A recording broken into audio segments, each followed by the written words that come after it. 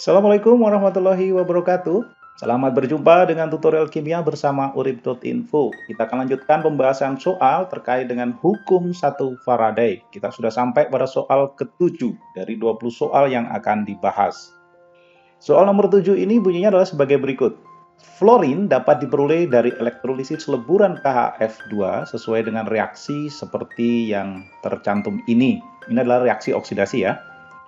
Berapa waktu yang diperlukan untuk memperoleh 26,88 liter gas F2 pada 0 derajat Celcius dan 1 atm? Ini berarti pada keadaan STP ketika yang digunakan arusnya adalah 10 ampere.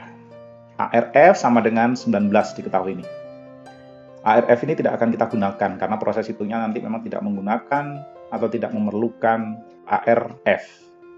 Soal ini bisa kita selesaikan dengan menggunakan konsep hukum Faraday seperti yang ada ini. Jadi 1F itu ekuivalen dengan 1 mol elektron. Berarti 1 mol elektron juga bisa dong menggunakan rumus yang sama, yaitu I dikalikan T dibagi 96.500. Jadi kalau yang di atas itu satuannya nanti menghasilkan satuan kolom, yang di bawah ini kan sudah punya satuan ini, kolom per mol. Oleh karena itu, kita bisa memanfaatkan itu untuk menghitung jumlah mol elektron atau sebaliknya nanti ya. Sehingga dari rumus yang ada ini kita akan dapati rumus yang di bawahnya ini. Jadi rumus ini kita bisa manfaatkan. Tentu saja N elektron itu bukan didapat dari sini nanti ya. Oke, sekarang balik lagi ke soal. Kita akan menghitung jumlah elektron berdasarkan volumenya. Tentu volume yang digunakan itu bukan volume elektron karena kita tidak bisa menghitung volume elektron. Kita akan memanfaatkan volume gas F2 yang dihasilkan di sini. Kalau pada keadaan STP, setiap 1 mol gas, volumenya adalah 22,4 liter. Itu per molnya. Sekarang, berapa mol sih sebenarnya F2 ini? Kita akan hitung. Berarti N dari F2 itu sama dengan volume dari F2, yaitu 26,88 liter kita bagi dengan volume molar, 22,4 liter per mol. Di sini kita dapati jumlah mol dari F2. Maka ini kalau kita hitung hasilnya adalah 1,2 mol. Ini adalah jumlah mol gas F2. Dari hasil yang seperti ini, selanjutnya kita bisa menghitung jumlah mol elektron berdasarkan perbandingan koefisien. Kalau setengah sama dengan 1,2, kalau 1 sama dengan berapa? Kan jadinya kita dapatkan persamaan baru tuh ya. Jadi N elektron itu akan sama dengan 2 kali dari NF2. Kita bisa menghitung jumlah elektron sendiri sama dengan 2 kali NF2 tadi, yaitu 1,2 mol. Dari sini kita peroleh angka 2,4 mol elektron. Dari situlah kita nanti akan bisa menghitung waktunya. Karena kita akan menggunakan rumus yang ini. Sekarang kita masukkan datanya sehingga kita dapatkan nilai T. N dari elektron itu sama dengan I dikalikan T dibagi 96.500.